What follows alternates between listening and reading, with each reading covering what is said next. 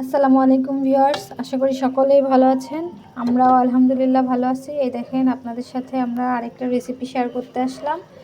এটাও মাশাআল্লাহ খেতে খুব মজাদার এবং স্বাস্থ্যের জন্য খুব ভালো। এই দেখেন, এটা হচ্ছে টাকি মাছ দিয়ে পটল দিয়ে চচ্চড়ি। আমরা প্রথমেই কিছু কাজ আগিয়ে রেখেছি, যেটা আপনাদের সাথে শেয়ার করা হয়নি। অফ ক্যামেরাতে আমরা এটা করে ফেলছি। হাওয়া এসে বারবার ক্যামেরাটা ঘোলা করে দিচ্ছে।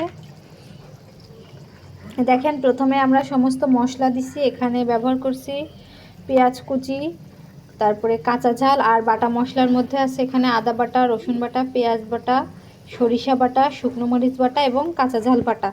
সবগুলো বাটা একত্রে তো আপনারা জানেন। আমরা ধনে জিরে ভাজা গুঁড়োটা দিয়ে দিছি। সব মশলা দিয়ে কষিয়ে তার মধ্যে যে টাকি মাছের পিসগুলোকে ছোট ছোট টুকরো করে দেওয়া, বেশ ভালোভাবেই কষানো হয়ে গেছে। এবার এর মধ্যে দিয়ে দেব পটলগুলো কেটে রাখা। দেখেন পটলগুলো কিভাবে কাটা, লম্বা লম্বা করে চিকন চিকন করে কেটে নেওয়া।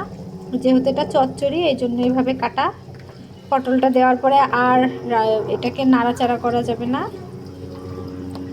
এটা চচ্চড়ি হবে না। এটা নাড়া যাবে না তা ঠিক না, মাছগুলো বড় বড় আছে, সমস্যা হবে না। এটাকে একটু ভালোভাবে বিছিয়ে দেওয়া হবে। দেখতে থাকুন, আশা করি আপনাদের ভালো লাগবে ভিডিওটা।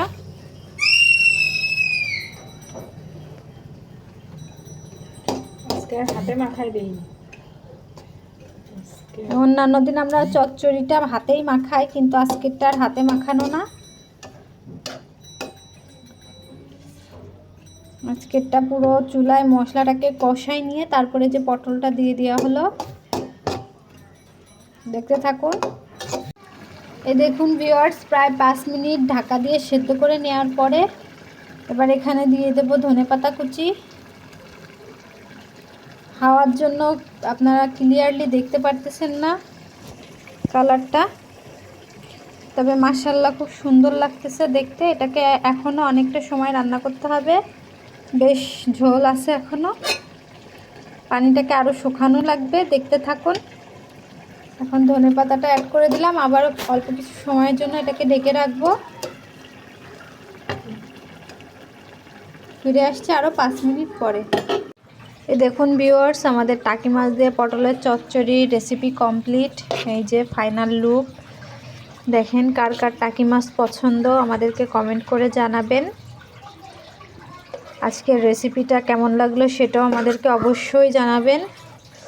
শুধু তো একটা লাইক কমেন্ট আর তো কিছুই না, আর একটু শেয়ার করে দিলে তো আরও ভালো। আপনারা পাশে থাকলে তো কেউ আর আটকে রাখতে পারবে না। আপনাদের সহযোগিতা ছাড়া আগানো সম্ভব না। এই জন্য বারবার আপনাদেরকে অনুরোধ করি, একটু পাশে থাকবেন। আজকের ভিডিওটা এ পর্যন্ত।